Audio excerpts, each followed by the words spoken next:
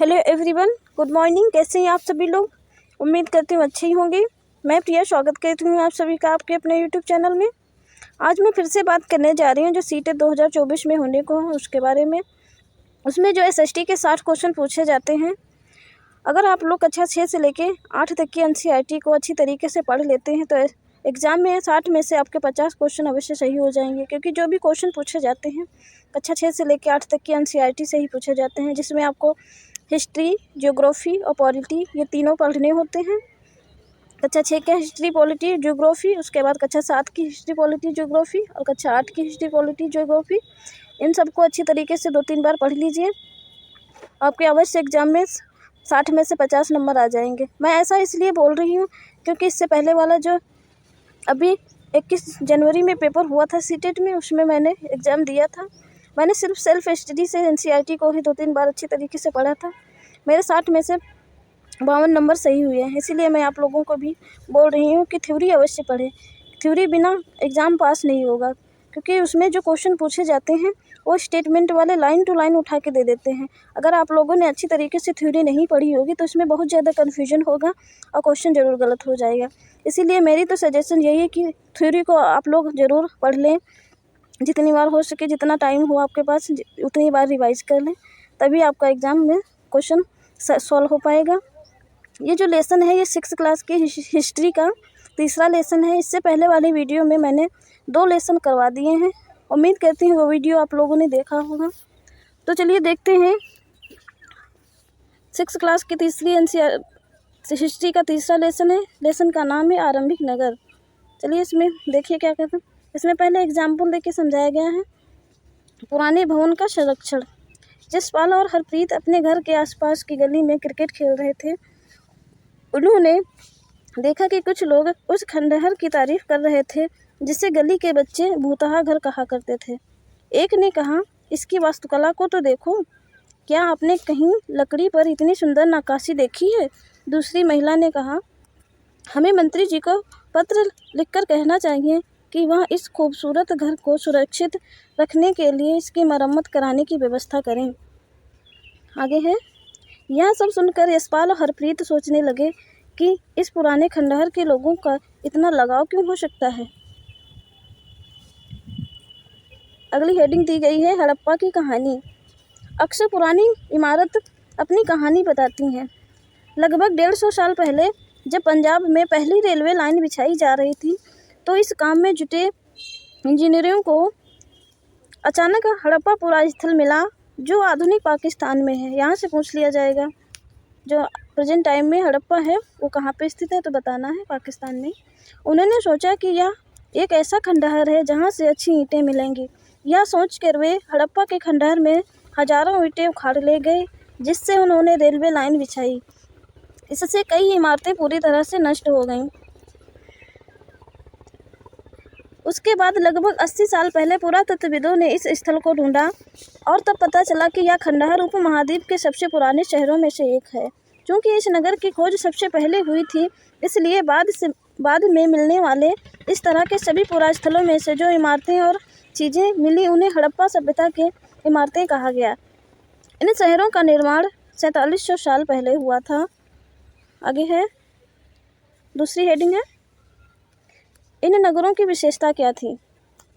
इन नगरों में से कई को 2 या उससे ज़्यादा हिस्सों में विभाजित किया गया था। प्रायः पश्चिमी भाग छोटा था लेकिन ऊंचाई पर बना था और पूर्वी हिस्सा बड़ा था लेकिन यह निचले इलाके में था। ऊंचाई वाले भाग को पुरातत्वविदों ने नगर दुर्ग कहा और निचले वाले हिस्से को निचला नगर कहा। अब यहाँ से कन्फ्यूजन तुमको हो जाएगी अगर आप लोग थ्योरी से नहीं पढ़े होंगे कि इसमें उल्टा करके दे देगा। जैसे कि इसमें लिखा गया कि पश्चिमी भाग छोटा था लेकिन ऊंचाई पर बना था और पूर्वी हिस्सा बड़ा था लेकिन निचले इलाके में बना था। अब इसको उल्टा करके बोल देगा कि पश्चिमी भाग निचले इलाके में बना था और पूर्वी हिस्सा ऊंचाई पर बना था। अगर आप लोग थ्योरी पढ़े होंगे तभी इसको कर पाएंगे। इन दोनों हिस्सों की 4 दीवारियाँ पक्की ईंटों की बनाई जाती थीं।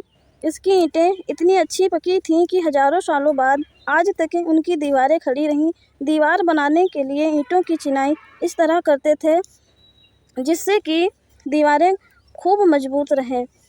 आगे है,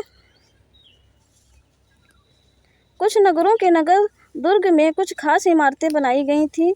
मिसाल के तौर पर मोहनजोदड़ो में खास तालाब बनाया गया था जिसे पुरातत्वविदों ने महान स्नानागार कहा है। अब यहाँ से क्वेश्चन पूछा जाएगा कि जो विशाल स्नानागार है वो कहाँ से प्राप्त हुआ, तो आप लोगों को बताना है कि मोहनजोदड़ो से। इस तालाब को बनाने में ईंट और प्लास्टर का इस्तेमाल किया गया था। इसमें पानी का रिसाव रोकने के लिए प्लास्टर के ऊपर चारकोल की परत चढ़ाई गई थी। इस सरोवर में दो तरफ से उतरने वाली सीढ़ियाँ बनाई गई थी और चारों ओर कमरे बनाए गए थे। इसमें भरने के लिए पानी कुएं से निकाला जाता था। उपयोग के बाद इसे खाली कर दिया जाता था। शायद यहाँ विशिष्ट नागरिक विशेष अवसरों पर स्नान किया करते थे। अब यहाँ से लेके ये यहाँ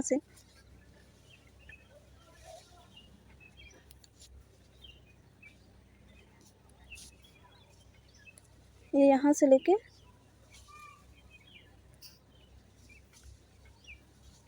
यहाँ से एक क्वेश्चन आपका यहीं से तैयार होगा। और जानते हो इसमें से ये जो दिया गया है कि इस तालाब के बनाने में ईंटों का प्लास्टर के ऊपर चारकोल का परत चढ़ाई गई थी, यहाँ से एक क्वेश्चन पूछ लिया जाएगा।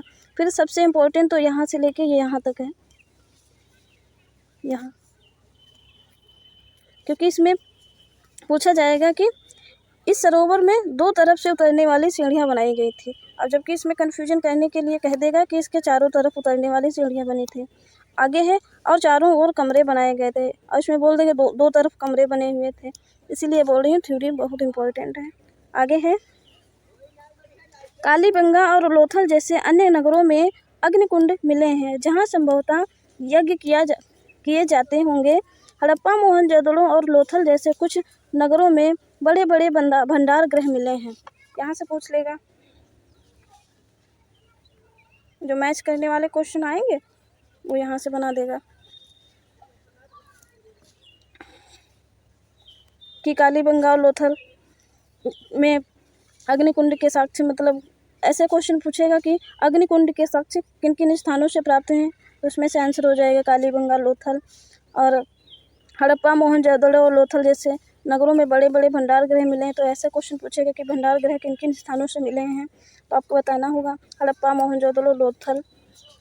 आगे है ये यहाँ पे ये चित्र दिखाया गया है, ये वाला देखो, इसमें ये एक तरफ, दूसरी तरफ ये यहाँ उतरने चढ़ने के लिए सीढ़ियाँ बनी हुई हैं।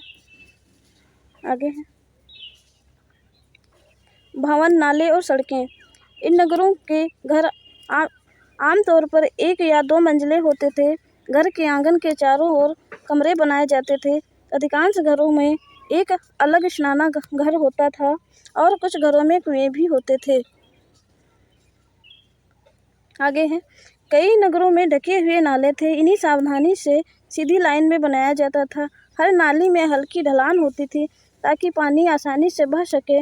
अक्सर घरों की नालियों को सड़क की नालियों से जोड़ दिया जाता था, जो बाद में बड़े नालों में से मिल जाती थी। नालों के ढके होने के कारण इसमें जगह जगह पर मेन होल बनाए गए थे, जिनके जरिए इनकी देखभाल और साफ सफाई की जा सके। घर, नाले और सड़कों का निर्माण योजनाबद्ध तरीके से एक साथ किया जाता था। ये यहाँ पे दिखाया गया। आगे है नगरीय जीवन कैसा था। हड़प्पा के नगरों में बड़ी हलचल रहा करती होगी। यहाँ पर ऐसे लोग रहते होंगे जो नगर की खास इमारतें बनाने की योजना में जुटे रहते थे। ये संभवतः यहाँ के शासक थे। यह भी संभव है कि ये शासक लोगों को भेजकर दूर दूर से धातु, बहुमूल्य पत्थर और अन्य उपयोगी चीज़ें मंगवाते थे। शायद शासक लोग खूबसूरत मनकों और सोने चांदी के बने आभूषणों जैसे कीमती चीज़ों को अपने पास रखते होंगे। इन नगरों में लिपिक भी होते थे जो मोहरों पर लिखते ही थे और शायद अन्य चीज़ों पर भी लिखते होंगे, वो भी नहीं बच पाई हैं।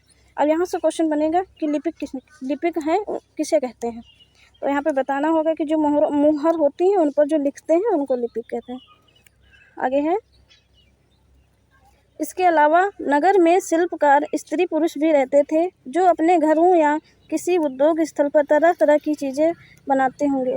लोग लंबी यात्राएं करते थे और वहां से उपयोगी वस्तुएं लाते थे और साथ ही लाते थे सुदूर देशों की किस्से कहानियाँ। मिट्टी के बने कई खिलौने भी मिले हैं जिनसे बच्चे खेलते होंगे।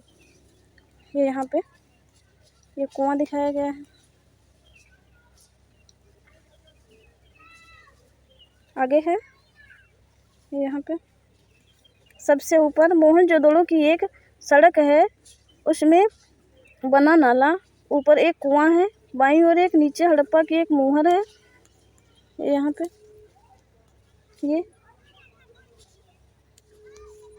ये मोहर दी गई है। आगे इधर इस मोहर के ऊपर चिन्ह एक खास लिपि में है। उपमहाद्वीप में पाए गए लेखन का यह प्राचीनतम उदाहरण है। विद्वानों ने इसे पढ़ने की कोशिश की है लेकिन अभी तक यह पता नहीं चल पाया है कि इसका अर्थ क्या है। दाईं ओर पक्की मिट्टी के खिलौने, ये वाले ये पक्की मिट्टी के खिलौने दिए गए हैं।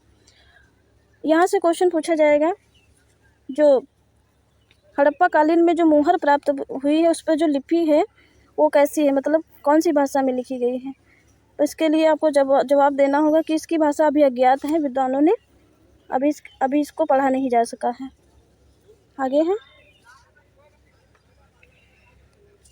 अगली हेडिंग है नए नगर और नए शिल्प। आओ अब कुछ ऐसी चीज़ों के बारे में अध्ययन करें जो हड़प्पा के नगरों से प्राप्त हुई हैं। पुरातत्वविदों को जो चीज़ें वहाँ मिली हैं उनमें अधिकतर पत्थर, शंख, तांबे, कांसे, सोने और चांदी जैसी धातुओं से बनाई गई थी। तांबे और कांसे से औजार, हथियार, गहने और बर्तन बनाए जाते थे।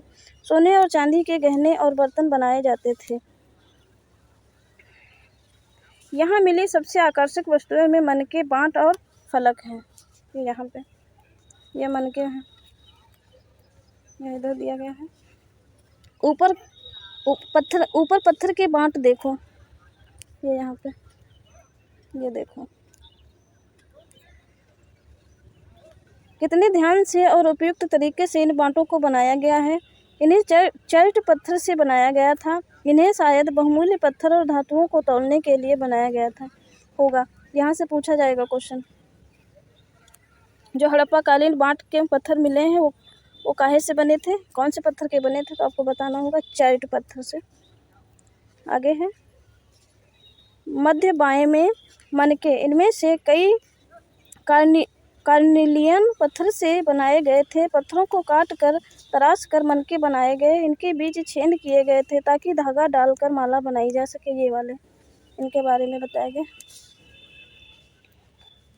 मध्य में दाएं पत्थर के धारदार फलक, नीचे दाएं कढ़ाईदार वस्त्र। एक महत्वपूर्ण व्यक्ति की पत्थर से बनाई गई मूर्ति जो मोहनजोदड़ो से मिली है, इसमें उसे कढ़ाईदार वस्त्र पहने हुए दिखाया गया है।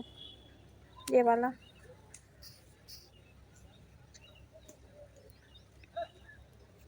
आगे है संभवतः 7000 साल पहले मेहरगढ़ में कपास की खेती होती थी। मोहनजोदड़ो से कपड़े के टुकड़ों के अवशेष, चांदी के फूलदान के ढक्कन तथा कुछ अन्य तांबे की वस्तुओं से चिपके हुए मिले हैं। पक्की ईंटें तथा फेयंस से बनी तकलियां शुद्ध कताई के संकेत देती हैं।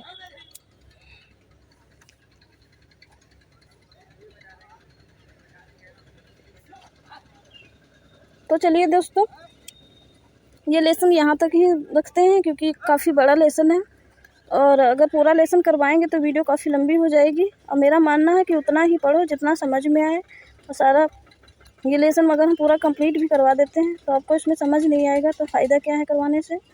इसलिए इसको 2 पार्ट में कर लेंगे। ये देखो अभी काफ़ी सारा है, ये यहाँ तक है। यहाँ से अगले पार्ट में इसको दूसरा पार्ट बना दिया जाएगा।